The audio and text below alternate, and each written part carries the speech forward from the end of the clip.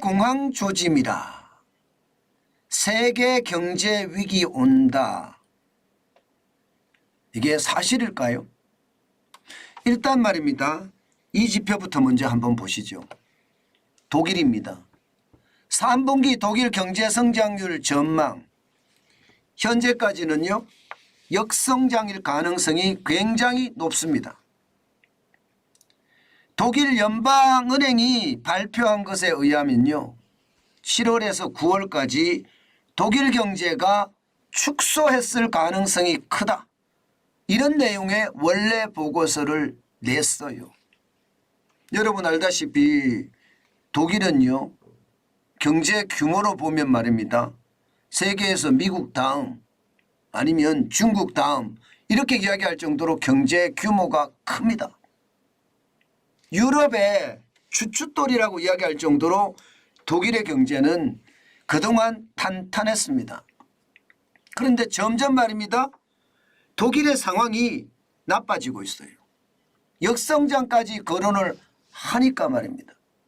문제는요, 그동안 안 좋았습니다. 지금 보시는 것처럼 2022년 아니 그 이전으로 돌아가도 마찬가지고요. 2022년부터는 줄곧 0% 성장대고요.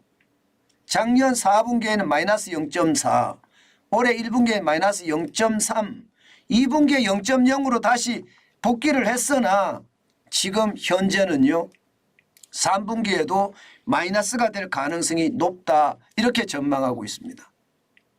심지어 말입니다, IMF에서는요 2023년 올해 전체 경제성장률 전망치가 마이너스 0.3%입니다. 이것은 말입니다, 독일 경제에는요 치명타를 안겨주고 있고요.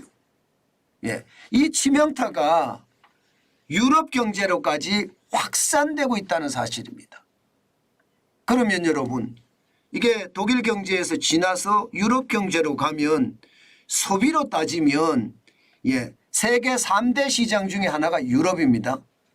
미국 시장, 중국 시장, 이게 유럽 시장이거든요. 그런데 유럽 시장의 상황이 독일이 나빠지니까 유럽 시장의 상황이 진짜 좋지 않아요.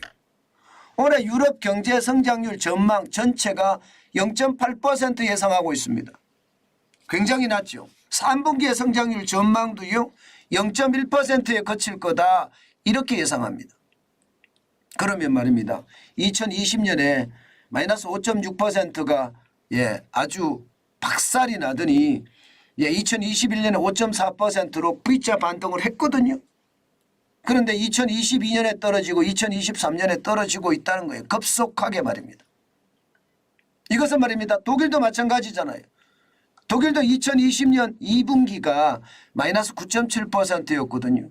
그리고 3분기에 8.5%로 V자 반등을 하더니 그 다음부터는 줄곧 무너지는 모습. 유로 경제하고 같이 많이 닮아 있죠.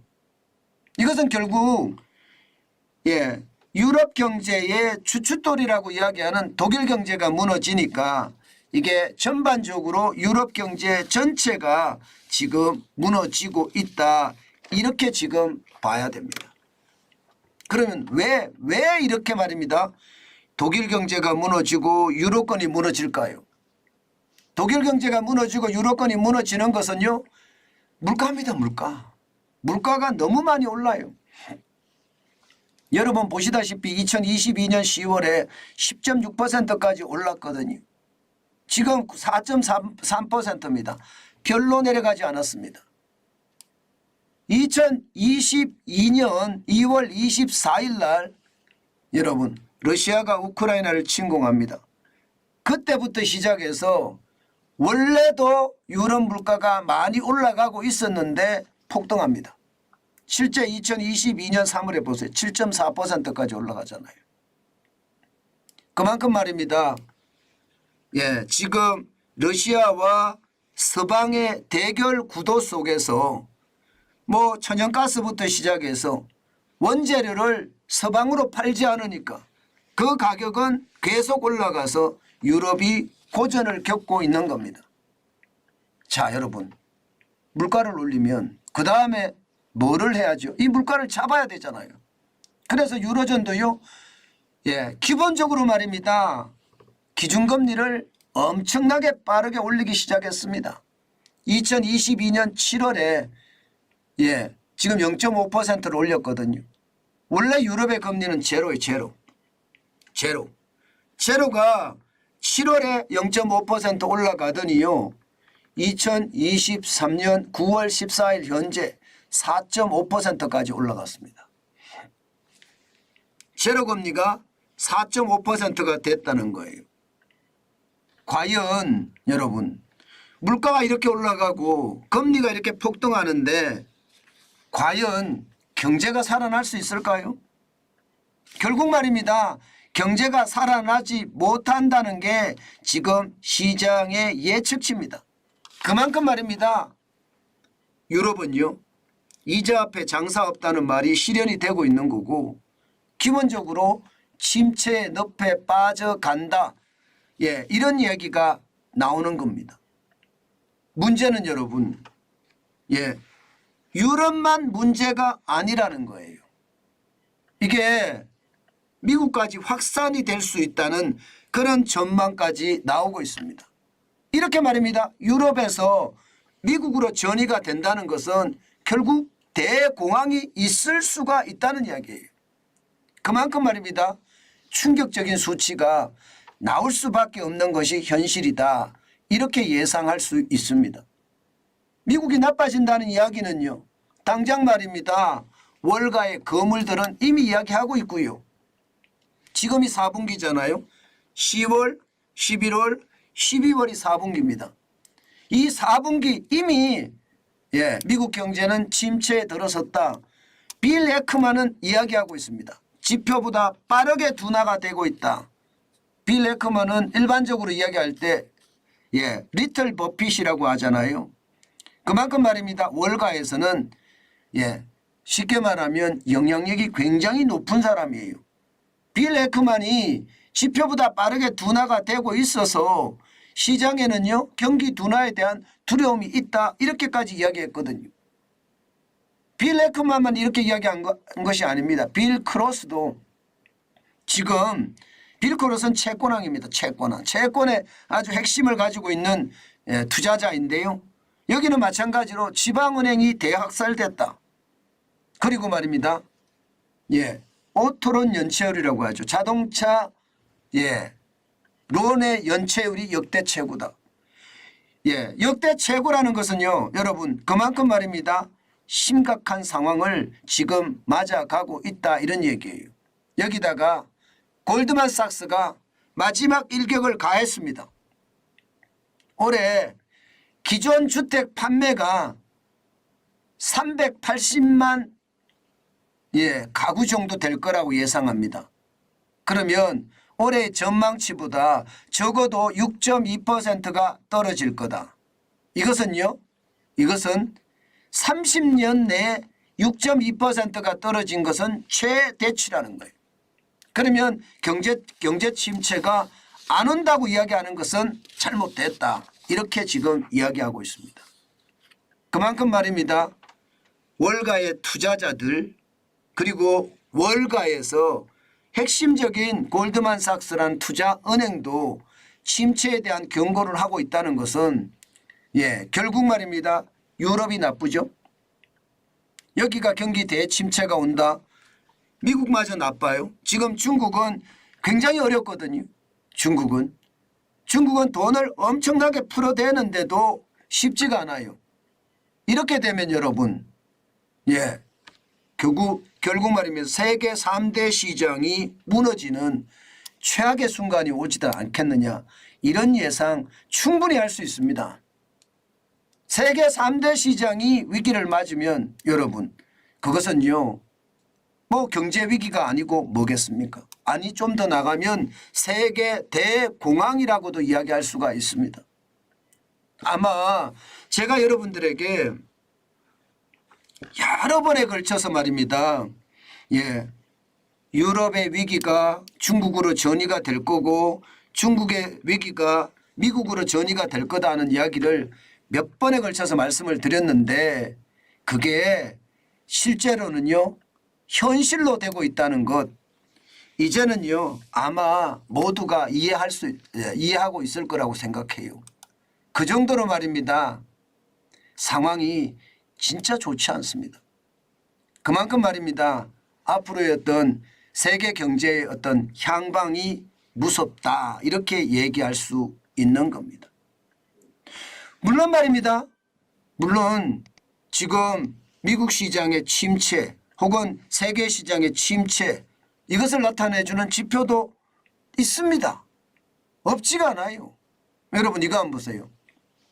미국 10년물 국채금리 지난 10월 19일에 4.990%까지 올라갔거든요.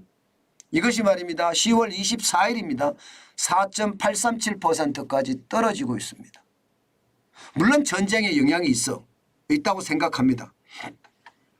전쟁이 나면 이스라엘과 팔레스타인 전쟁, 이스라엘과 하마스 전쟁, 이스라엘과 헤즈볼라 전쟁 이게 뭐 굉장히 커지고 있는 것도 사실이에요. 확전이 되고 있는 것도. 그래서 투자자들은 안전자산 하면서 안전자산을 찾기 때문에 채권에 대한 어떤 수요가 늘어나서 채권의 수익률이 떨어진다. 뭐 이 말도 맞는 말입니다. 그렇지만 여러분 그 말도 맞는 말이지만 경기 침체가 예상이 돼도 채권은 떨어집니다. 네, 그만큼 말입니다. 경기 침체가 예상이 되면 가장 안전빵이 채권이거든요. 뭐 달러도 길 수도 있고요. 안전자산 중에 말입니다. 그래서 경기 침체가 예상이 될 때도 10년물 국채금리가 떨어지니까 실제로 떨어지는 것을 보면 지금 시장에 그만큼 말입니다. 침체의 어떤 상황이 있다 이렇게 이야기할 수가 있습니다. 빌 에커먼이 이야기한 것도 바로 이 부분이에요. 빌 에커먼이 이야기한 것도. 다른 게 아니라 말입니다. 지표보다 빠르게 둔화되고 있다는 게 지금 지표는 느리게 지금 경기가 둔화되고 있지만 실물에서는 더 빠르게 둔화가 되고 있다 이런 얘기를 하고 있는 겁니다. 여기에다 말입니다. 여기에다 제이미 다이먼은 또 뭐라고 했습니까? 제이미 다이먼은 연준이 통화정책을 실패를 했다. 이대로라면 뭐가 온다고 했습니까? 이대로라면 올쇼크가 온다고 했습니다. 1970년대하고 닮았다고 했어요. 충분히 그럴 수 있습니다. 그 정도로 말입니다. 제이미 다이먼 월가의 황제라는 사람까지도 이런 얘기를 했다는 것은 시장에서요. 저는 굉장한 충격이 될 수 있겠다. 이렇게도 일으킵니다. 물론 시장은 오늘 떨어지지 않았어요. 기술주 중심의 나스닥은 0.93% 어제에 이어서 오늘도 올랐습니다. 121.55가 올랐고요. 13,139.88로 마감했습니다. 뉴욕 증시가 올라가는 것을 보면 아무래도 말입니다. 달러는 올라가고요. PMI라고 해서 구매자 관리 지수는 좀 더 호전됐다 이렇게 나오고요. 은값은 떨어지고요. 유가도 급락하죠. 이러니까 상황이 반전이 됐다고 보는데 전체 흐름은요. 전체 흐름은 지금 유럽부터 시작해서 지금 미국까지 침체의 어떤 그런 상황이 연결되고 있다. 이렇게 이야기하고 있는 것이 맞다. 그렇게 시장은 전망합니다. 또한 S&P 500 지수도 0.73% 30.64가 올랐습니다. 4,247.68로 마감을 했고요. 이 대형주 중심이잖아요. 아무래도 실적들이 조금 좋아지니까 그럴 수도 있다는 생각은 듭니다. 다우산업지수는 0.62가 올랐고요. 204.97이 올라서 33,000으로 복귀를 했습니다. 33,141.38로 마감했습니다. 전체적인 흐름은요. 시장에서 단기 지표들이 좋아지니까 아무래도 말입니다. 단기 지표들이 좋아지면 이게 주가는 올라갈 수밖에 없거든요. 앞서 제가 유럽을 이야기하고 또 투자자, 월가의 투자자들을 이야기하고 월가의 투자은행을 이야기한 것은요. 기본적으로는 장기로 봐야 되는 거거든요. 장기가 아니라 중기 정도로 봐도 될 것 같아요. 그렇게 생각을 하면 시장은 위험하다. 이런 시장을 급하게 서둘러서 시장에 이게 올인하는 것은 진짜 나쁜 일이다. 그 말씀을 다시 한번 강조하고 싶습니다. 아마 오늘 시장, 우리 시장도 많이 올라갈 거예요. 어제도 올라갔으니까 오늘도 많이 올라갈 텐데 그 변동폭은요, 그 어느 때 하고 못지않게 확확 변할 것 같거든요. 거기에 대한 두려움 반드시 있으니까요. 반드시 조심하시고 조심하시는 거 잊지 마시기 바랍니다. 시장의 위험이라는 건 변동성이거든요. 변동성에 적응하기가 굉장히 힘들고요. 변동성을 조정하기도 굉장히 힘듭니다.